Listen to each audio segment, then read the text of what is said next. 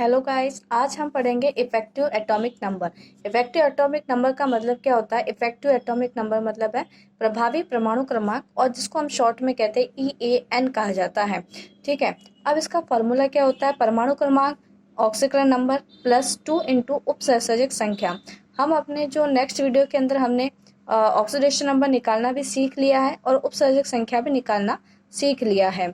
ठीक है, अब हमें क्या है, परमाणु क्रमांक पता करना होता है। तो परमाणु क्रमांक जो होता है, अगर ये नंबर का आ रहा है तो उसके अंदर अधिकतर जो होता है कि जो परमाणु क्रमांक होता है वो जो डी ब्लॉक की प्रथम संक्रमण श्रेणी है, स्कैंडियम से लेकर जिंक तक, उसी को ही उसके अंदर जो है जो केंद्र धातु परमाणु माना जाता है।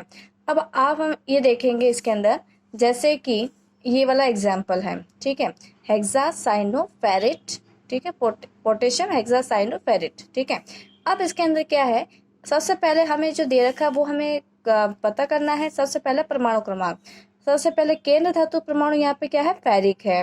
ठीक है, अब यहाँ पर Fe का कितना होता है, 26 होता है। परमाणु क्रमांक कितना है, 26 है, तो इसका एटॉमिक नंबर हो जाएगा 26। Fe की ऑक्सीकरण संख्या निकालते हैं। ऑक्सीकरण संख्या निकालना मैंने आपको बता दिया है कि अगर हमें जिसका भी निकालना है, ठीक है, अगर हमें जिसका भी निकालना है, अगर यहाँ पे 4 है और पोटेशियम का कितना होता है, +1 है, इंटू आ जाएगा बीच में, फिर प्लस, फिर उसके बाद में Fe का निकालना है तो उसका x हो जाएगा +6 -1, और ये हो जाएगा अपने पास 0। ठीक है, इसे अगर इंटू करेंगे तो हमारे पास 4 ही आएगा, प्लस इसके अंदर आएगा माइनस का 6। अगर हम इसमें 6 में से 4 माइनस करेंगे तो हमारे पास आ जाएगा 2। इसका मतलब इसके ऑक्सीडेशन नंबर क्या है, +2 है। Fe की उपसर्जक संख्या क्या है? उपसर्जक संख्या कैसे निकालते हैं? लिगेंड कौन सा है और लिगेंड का प्रकार कौन सा है? तो लिगेंड कौन सा है इसके अंदर, एक दंतुक लिगेंड है और कितने हैं, 6 है, तो कितना हो जाएगा, 6 कोऑर्डिनेशन नंबर हो जाएगा।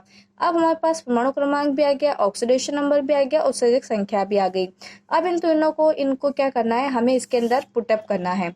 अब पुटअप करते हैं। परमाणु क्रमांक 26 -2 +2 इंटू 6, तो हमारे पास कैलकुलेट करने पर 36 आ जाएगा। ये जो है वो किसके है, उत्कृष्ट गैसों की संख्या जो है 36 जो है वो एक उत्कृष्ट गैस है, उसके बराबर इसका परमाणु क्रमांक ये हमारा कैलकुलेट करने पर आता है। तो इसका मतलब है कि ये क्या है, प्रभावी परमाणु क्रमांक नियम को पालन करेगा। इसी तरह से हम क्या निकाल सकते हैं, इफेक्टिव एटॉमिक नंबर निकाल सकते हैं। अब नेक्स्ट के अंदर भी इसी तरह से कोबाल्ट का परमाणु क्रमांक कितना है, देख लो आप, 27 इसका परमाणु क्रमांक होता है। ऑक्सीडेशन नंबर हमें निकालनी है, बता दिया है आपको। इसकी जगह हमें क्या रखना है, x रखना है 6, और इसका होता है -1, और सामने रखेंगे हम 3। ठीक है, 3 में से 3 जाएगा तो हमारे पास +3 आएगा, +3 हो गया। अब यहाँ पर उस संख्या कितनी है, 6 है। ठीक है, अब इसको कैलकुलेट करने पर इसका भी कितना आता है, 36 आता है। तो ये दोनों ही जो है वो क्या करते हैं, प्रभावी परमाणु क्रमांक संख्या के जो नियम का पालन करते हैं। अब तीसरा एग्जाम्पल हम देखते हैं।